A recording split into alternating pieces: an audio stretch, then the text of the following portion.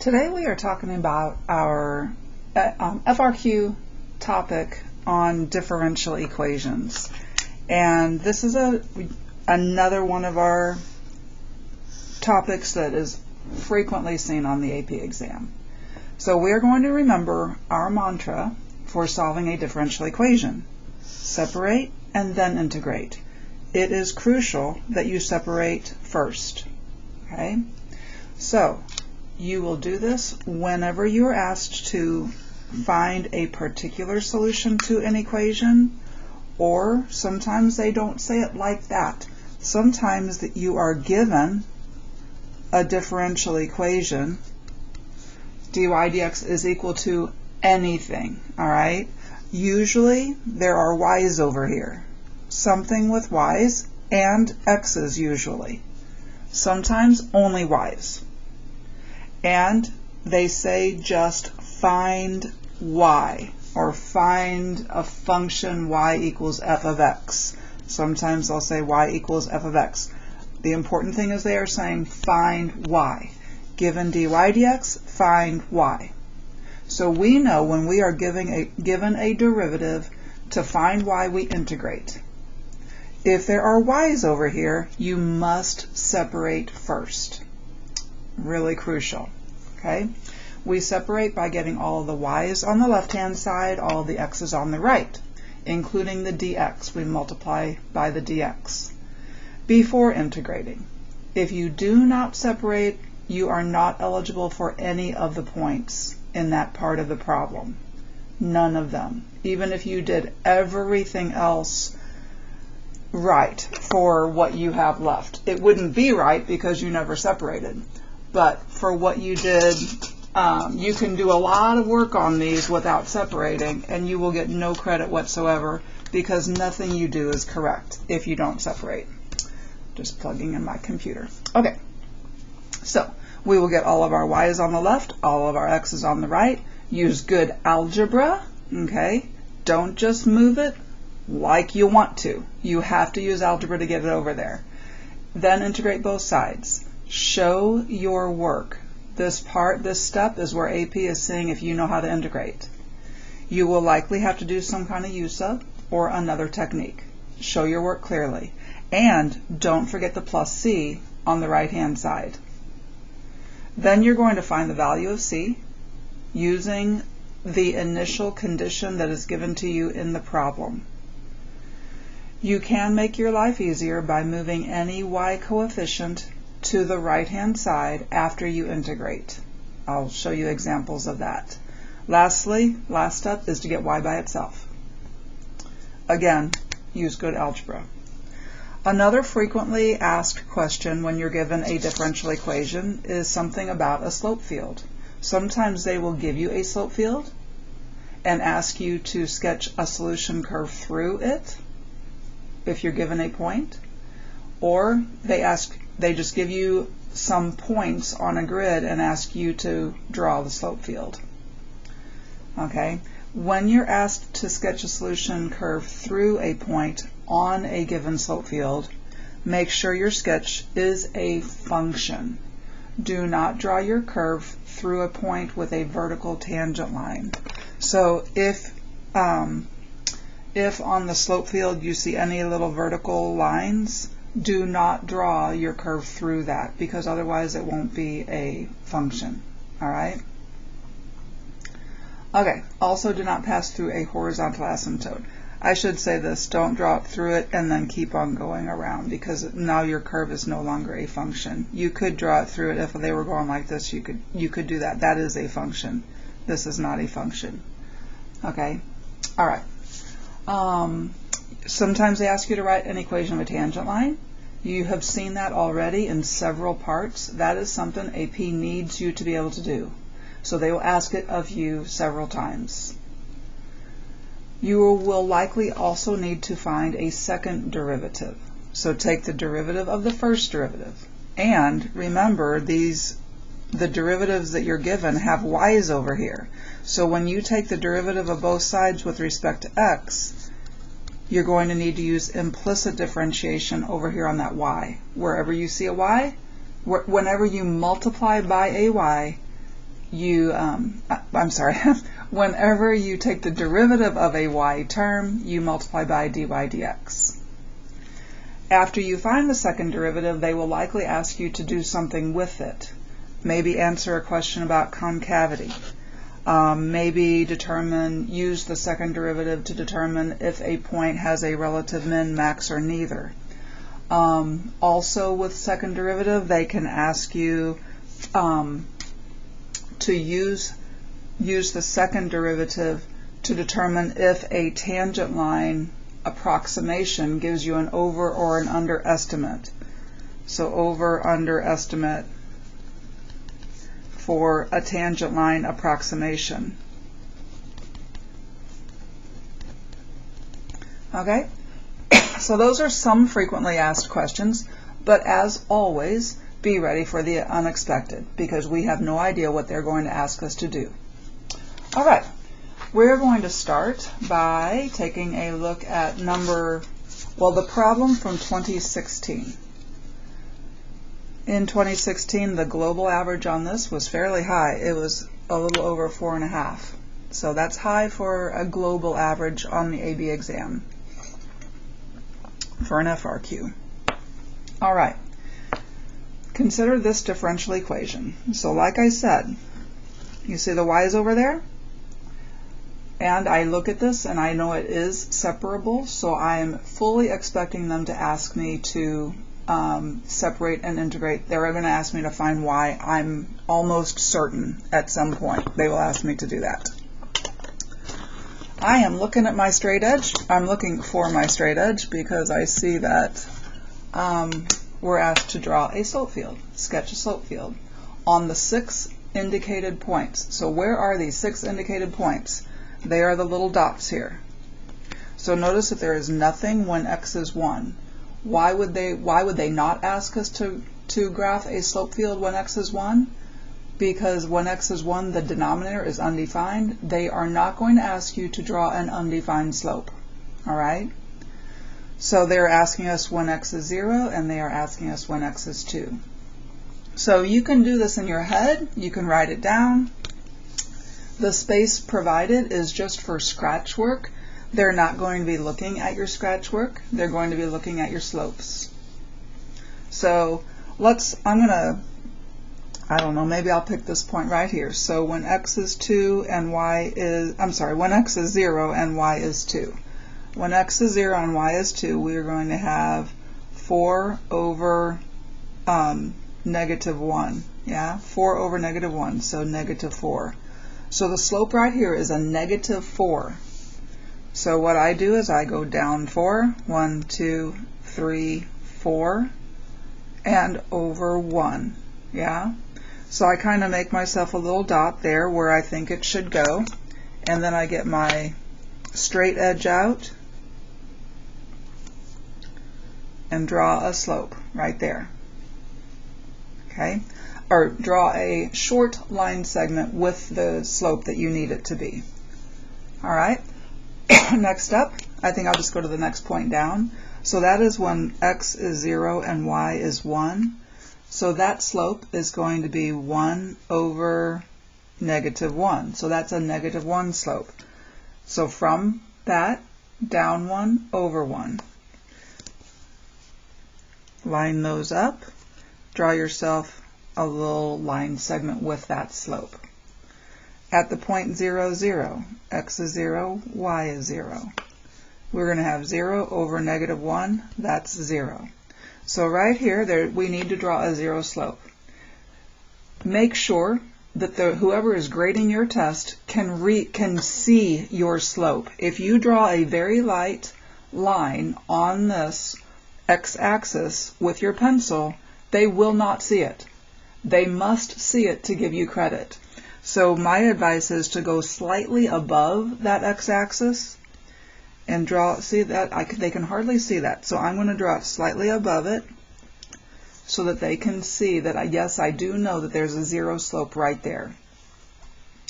Okay, I think I'll just start up at the top here. So this is the point 2, 2. So when x is 2 and y is 2, my slope is going to be 4 over 1. So positive 4 over 1. So that would be up 4 over 1. And I can do that and I can approximate that, but I could also go down 4 and to the left 1. We just want to make sure, and that's the little dot that I've already drawn for that one. So I think I'm just going to use that one. Line up my points and draw my little line segment with a positive 4 slope. Make sure it's positive. Okay. Next up, the point when x is 2 and y is 1, and we have 1 over 1. So that's up 1 over 1, up 1 over 1. I could do it like that, or I could do down 1 and to the left 1. I just need to make sure that my final slope is positive. Positive 1.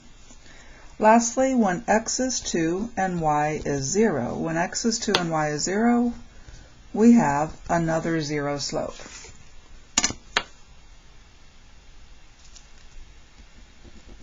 Make sure they can read that, and that looks really pretty. That looks nice. Okay, how did they grade this? They awarded 1 point for all of the 0 slopes. So they awarded 1 point for those 2 0 slopes. Okay, and then they awarded 1 more point for all of the non-zero slopes. Okay, so 2 really easy points. Okay, part B. Let y equals f of x be the particular solution to the given differential equation with initial condition y of 2 is 3. Write an equation for the line tangent to the graph of y equals f of x at x equals 2. And then use your equation to approximate f of 2.1. We've done this several times already. Hopefully you have done this several times already. We need a point and a slope. Oops. Okay. We need a point and a slope. The point is the point 2, 3. X is 2, y is 3. The slope, we're going to get the slope from our differential equation. So I'm just going to write this down here so that I can use it. So the slope at the point 2, 3, we're plugging 3 in for y and 2 in for x, right? So the slope is 9 over 1. The slope is 9. So our equation will be, and when you are doing this work, you wouldn't necessarily repeat this. You don't have to repeat this. And if you don't repeat this, then you don't have to say at 2, 3 because you're using that point, right? I didn't want to say equals 9 because this is only equal to 9 at that point. That's why I wrote that. But seriously, you could just write this and be good, okay? Equation, y minus the y coordinate of our point is equal to our slope times x minus the x coordinate of our point. There's the equation of the line tangent at x equals 2. And now we're going to use our equation to approximate f of 2.1. So f is y. We're plugging 2.1 in for x. I'm going to move the 3 over. And that, of course, is a safe stop spot. So how did they give points for this? They gave 1 point for the tangent line equation and 1 point for the approximation.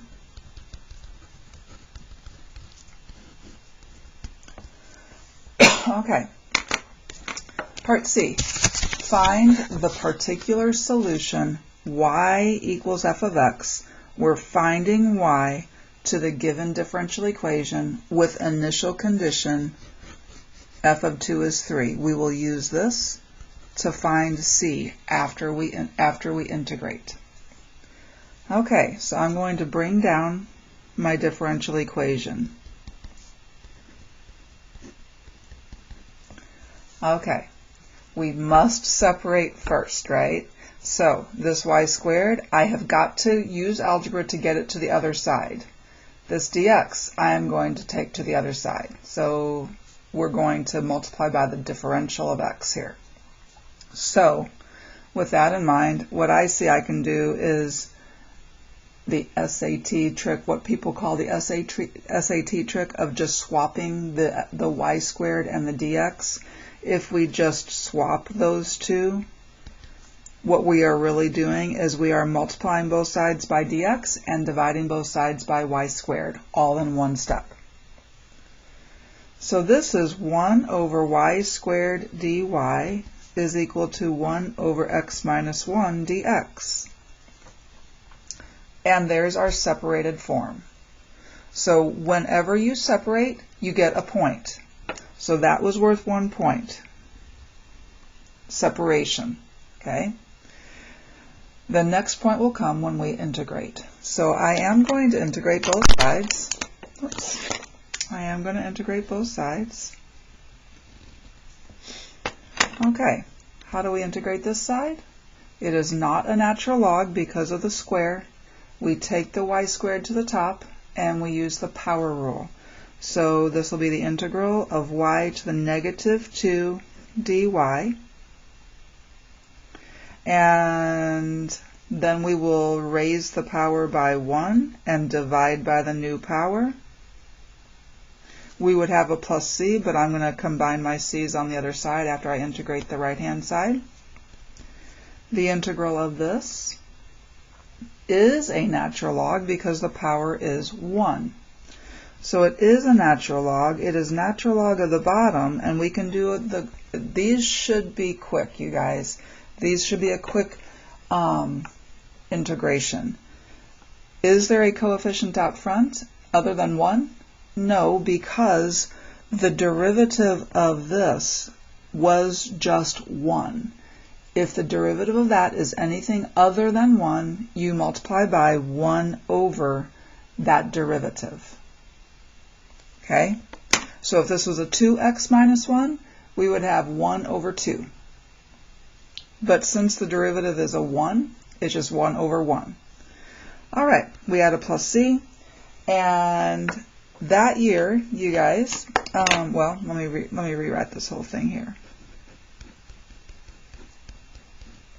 Okay, so that year, they awarded 1 point for integrating the left-hand side and a different point for integrating the right-hand side. So that was worth 2 points that year. Okay, so next thing we're going to do is we're going to find c. However, I noticed that the y term has a coefficient. I like to get rid of that. I like to multiply both sides by whatever gets rid of that coefficient. So I'm going to multiply both sides by a negative 1 so that this is just a positive 1 coefficient.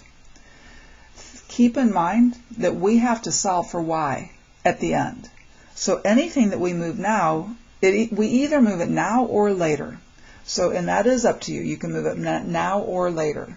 But I find usually it's easiest to move it before you find c. So I'm going to change y to the negative 1 as 1 to 1 over y. And this will be a negative ln absolute value x minus 1. And then when you multiply a c times a negative 1, if you want to put a negative c, you can, but c is just a constant. So I am just going to call that plus c and call it good. Okay. All right.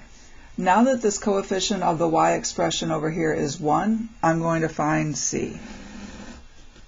So we are using our initial condition, x equals 2 and y equals 3.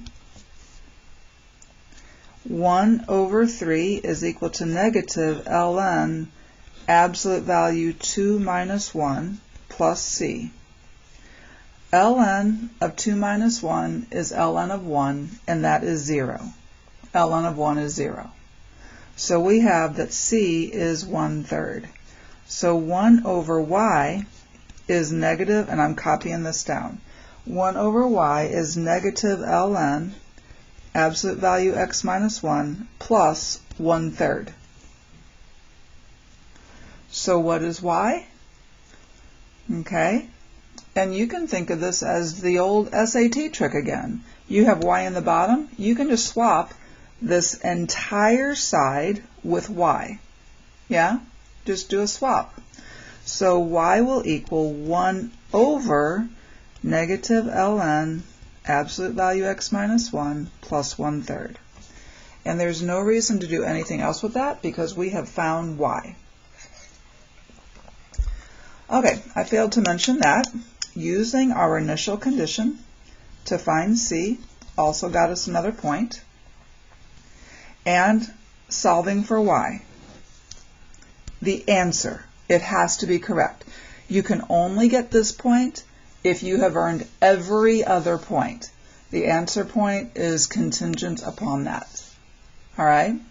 So if you made any mistake, even if you did it correctly after that, you will not get the answer point. All right? Solves for y, and it's correct. All right. So this is the way that they said it, all the points. 1 point for separation of variables, 2 points for the antiderivatives, 1 point for your constant of integration and uses initial condition, 1 point for solves for y, and in a note, it's always correctly. You can't just solve for whatever you happen to have for y. Okay, note, you can get a maximum of 3 out of 5 if you don't put a plus c here, only up until your antiderivatives. If you don't put plus c, you cannot get a point for uses the initial condition. And of course, your answer will not be correct. 0 out of 5 if you don't separate. So even if you make a mistake separating, you could still get antiderivative points if you take the antiderivative correctly of what you have here. However, I will say, if you make a mistake and it makes your integrands too easy, easier than it would have been otherwise, then you will not get your antiderivative points, even if it's correct. You can't just make this easy and hope you're going to get these antiderivative points. It doesn't work that way. All right? Okay, let's go on to another one. Next up, let's look at the problem from 2022. This is the one from 2022. Okay, get out my scoring guidelines, how they scored this. All right. Consider this differential equation. So dy dx is equal to, and it's something with x's and y's, and clearly this is way more complicated than the 2016 one, right? A lot more complicated. So they were really wondering if we knew how to integrate on this one, I'm sure. Okay, let y equals f of x be the particular solution to the differential equation with initial condition f of 1 is 2. The function f is defined for all real numbers, so there's nothing undefined on f. Okay, part A, a portion of the slope field for the differential equation is given on the right. Sketch the solution curve through the point 1, 2, and notice that they did already note that point on the graph.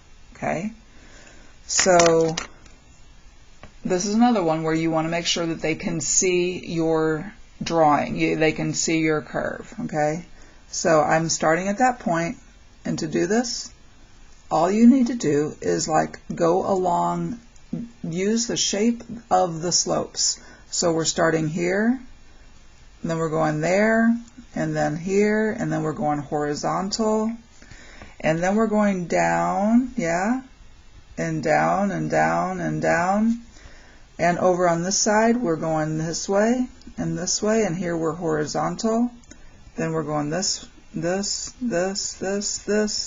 horizontal, and all I'm doing is following along, okay?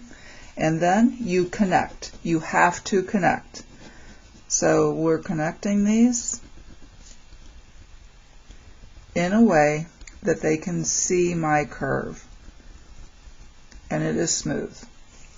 Make sure you go from end to end, all right, or top to bottom if the curve is different, okay? You don't want to have a little short solution curve. Like, I couldn't stop there if I wanted credit, okay? So how did they grade this? Just 1 point for the solution curve. To me, that's a very easy point. 1 point for the solution curve. Here are what they're looking for. It must pass through the given point, 1, 2. It must pass through that point. It must extend to the right and left of the field. So the left-hand side of the field and the right-hand side of the field.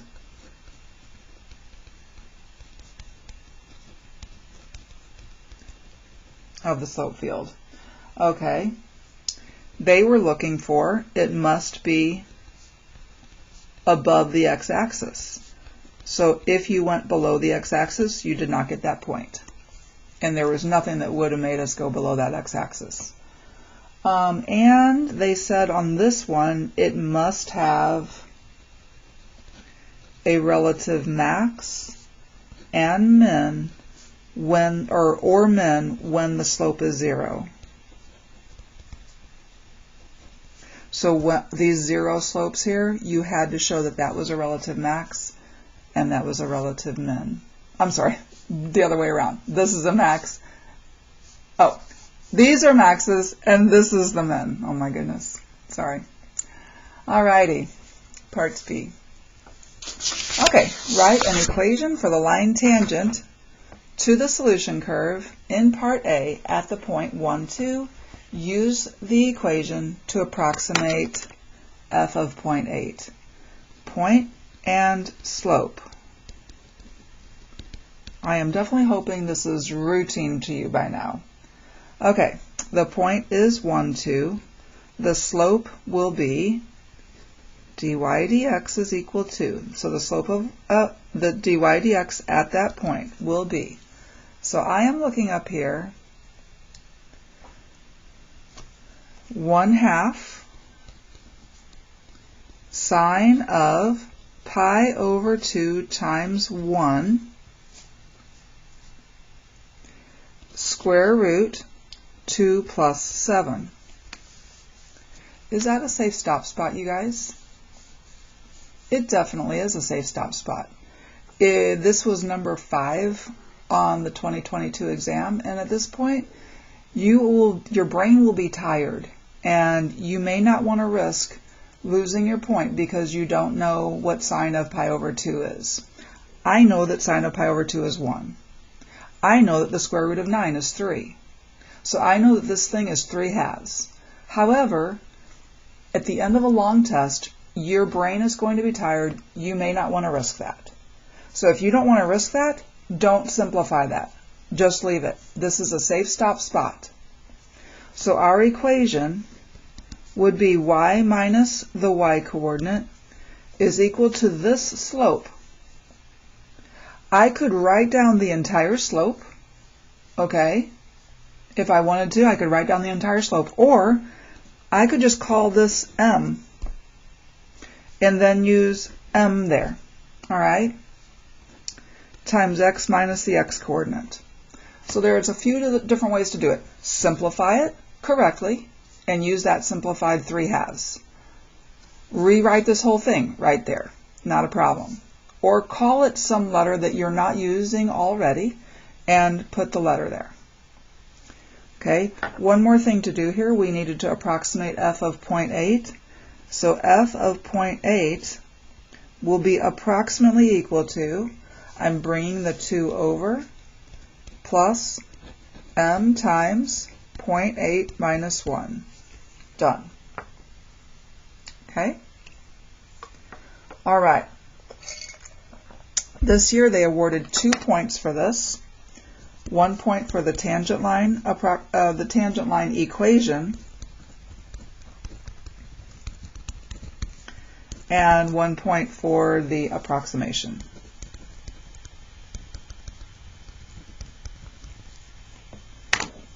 Okay, Part C.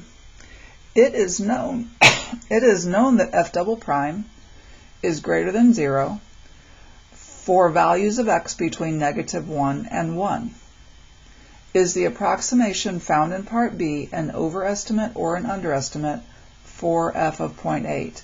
They were very kind in not making us find the second derivative ourselves, because finding the second derivative would have involved the product rule, would have involved quite a bit of work to see if we were getting a positive or a negative f double prime. Okay, so f double prime is positive. F double prime is positive. That means that f is concave up. F is concave up, like a cup, right? We used a tangent line to approximate f of 0.8. Every tangent line, I don't care where you draw it, if our curve is concave up, every tangent line is going to fall below the curve. So any approximation using a tangent line is going to be an underestimate. So f is concave up, so a tangent line approximation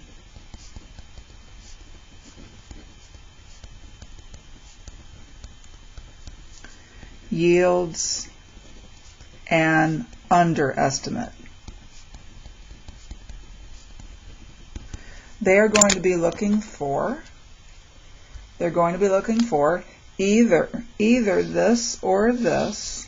Okay, one of those. I gave them both.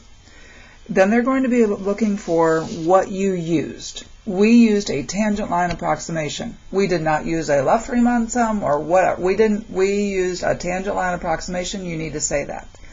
And then, of course, you need your answer. Okay, this was worth 1 point with reason. Answer with reason.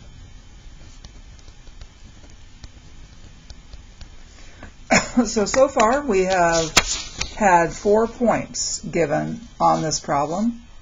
Part D is not unexpected.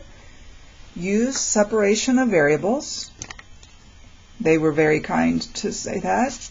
Excuse me. I'll get a drink. Okay. Use separation of variables to find y equals f of x, the particular solution to the differential equation with initial condition f of 1 is 2. We're going to use this to find c. All right. There is our differential equation. We need to separate and integrate. So since they wrote it and it happens to fall right where I start my work, I'm not going to rewrite it. I'm just going to start there. So this square root, I want to move my y's to the other side. I'm going to divide by my square root of y plus 7 and multiply by my dx. So it's going to appear like I'm swapping the dx and the square root of y plus 7. So I'm dividing by the square root of y plus 7 and multiplying by the dx. All right, I separated, and so I know that that is always worth a point. And I know if I don't separate, I'm throwing 5 points away. Because if you don't separate, you are ineligible for anything else. Okay, now I'm going to integrate both sides. Okay, integral of this. Is this a natural log? No, because the power is not 1. It is only a natural log if the power on the bottom is 1. If the power is anything else, it's not a natural log. So I take it to the top, and we will use the power rule on that one. I think I'm going to work this side, and then I'm going to go and tackle the other side. Okay? So, how do we integrate this? I would do a little u sub. This is one that we could u sub in our heads, but for the sake of notes, I'm not going to use sub in my head. I am just going to write out all of the u subs. So I'm going to let u be the inside there. Du then is 1 dy. So I can swap in place of the dx, I can put a du. In place of the y plus 7, I can just put a u. And this would be the integral of u to the 1/2 du. Power rule gives us u to the 3/2 times 2/3. And now I'm going to go back to y's. We have to solve for y at the end, so you have to go back to y's. Don't leave it with u's. So 2/3 y plus 7 to the 3/2. Okay. Now I'm going to go on this side. Okay. So I can say that that is equal to. All right. It's another u sub. So I'm going to let u be the inside here. So u is the pi over 2x. Du is pi over 2 dx. So in place of the dx, what should we put in? Well, here's my dx, but I don't want the pi over 2, so I'm going to multiply by 2 over pi. So there's my dx. So in place of this dx, I'm putting 2 over pi du. The 2 over pi and this 1/2, I'm going to multiply together and take outside of the integral. So I might bring this down. So this will be 1 over pi integral sine of u du. Okay? We're replacing this with u. All right? So integrate that, and the integral of sine is a negative cosine. So this will be negative 1 over pi cosine of u, but just like we went back to y's, we have to go back to x's. So u here is pi over 2x plus c. So I'm going to just copy that down because I want these to be on the same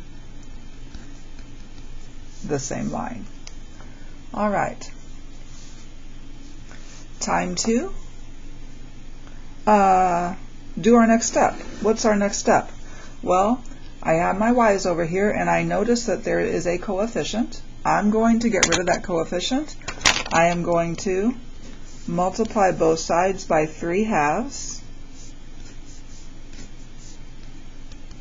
I'm multiplying both sides by 3/2 to get rid of this 2/3.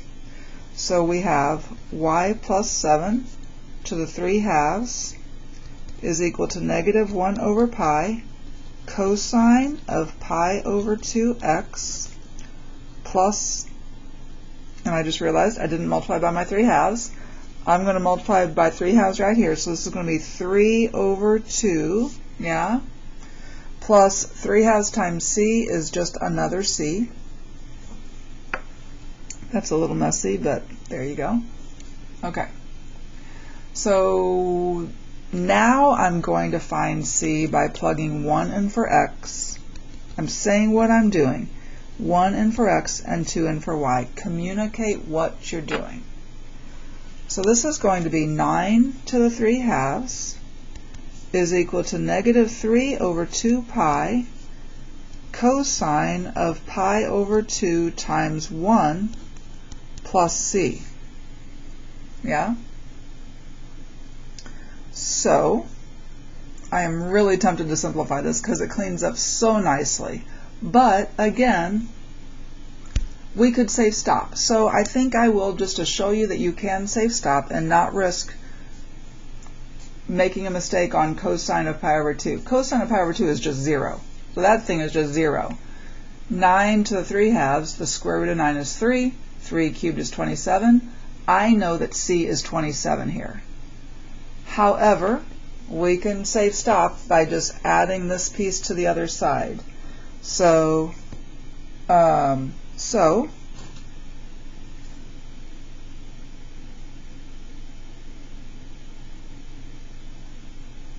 man, I just saw a mistake that I made. Golly Moses, I am not redoing this whole video. So I just noticed a mistake I made. I'm hoping that you guys did too, as I was working. It was way back here, and I think I can fix it, okay? But it was way back here. It wasn't there. It was right here, this step. No, it was right here. It certainly was right here. 1 over the square root of y plus 7 is not the square root of y plus 7. It is y plus 7 to the negative 1/2. So on your paper, you would erase that. I'm working with a pen here, so I'm not going to erase that. I'm just going to fix it like this. Okay? So this would be u to the negative 1/2, which makes this a positive 1/2 times 2. Okay?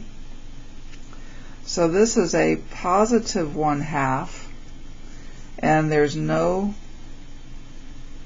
3, there's just a 2 there. So I'm not multiplying by 3/2, I'm only multiplying by 1/2 on both sides. Okay, I apologize for this, but I don't want to make this video again. So this would be a 1/2 here, and this, when we multiply by 1/2, I'm not going to have the 3 here, it's just going to be a 1. Okay, and I think that's good. And so this would be a 1/2 there and a 1 here. Okay. All right. Thank goodness we saw it, right? I am going to, after I'm done, I'm going to explain what points I would have gotten or not gotten had I made that mistake.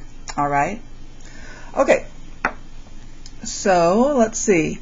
Again, so C is not going to be 27, C is only going to be 3. So C should be 3 there. However, we could just bring this whole thing over and call it the square root of 9 plus 1 over 2 pi cosine of pi over 2 is equal to C. And then we can just rewrite our y equation. We can rewrite our y equation just keeping C as C. So just to clean this up, I'm going to write that as a square root.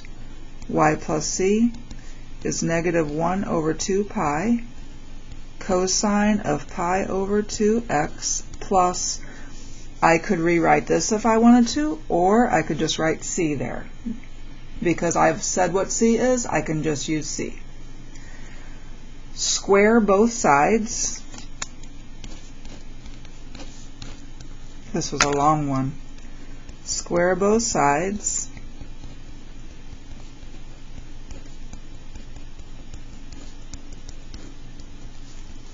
And then subtract 7. So y is equal to negative 7 plus this expression. Whew, okay. Alrighty, so let's see. Points on this one. So doing it correctly, I got 1 point for separation. I only got 1 point. Oh no, I got 1 point for one correct antiderivative and 1 point for the other correct antiderivative. Okay, so 1 point for this and 1 point for that. So 2 points there. So of course, had I made this mistake, I would have gotten the point over here, but not that one, of course. Okay. The constant of integration and uses the initial condition to find C is another point. So I would have gotten that as well. So I would have gotten 1, 2, 3. Okay? But my final answer, that's my next point, my final answer would have been wrong. So as I have it here, it's right, but had I made that mistake over here, I would have gotten 3 out of the 5 points. Glad I caught it. It is always good to just take another look back at your work. That's what I was doing when I caught it. Take a look back at your work to make sure you didn't make any errors there. Okay, that is our little review on differential equations.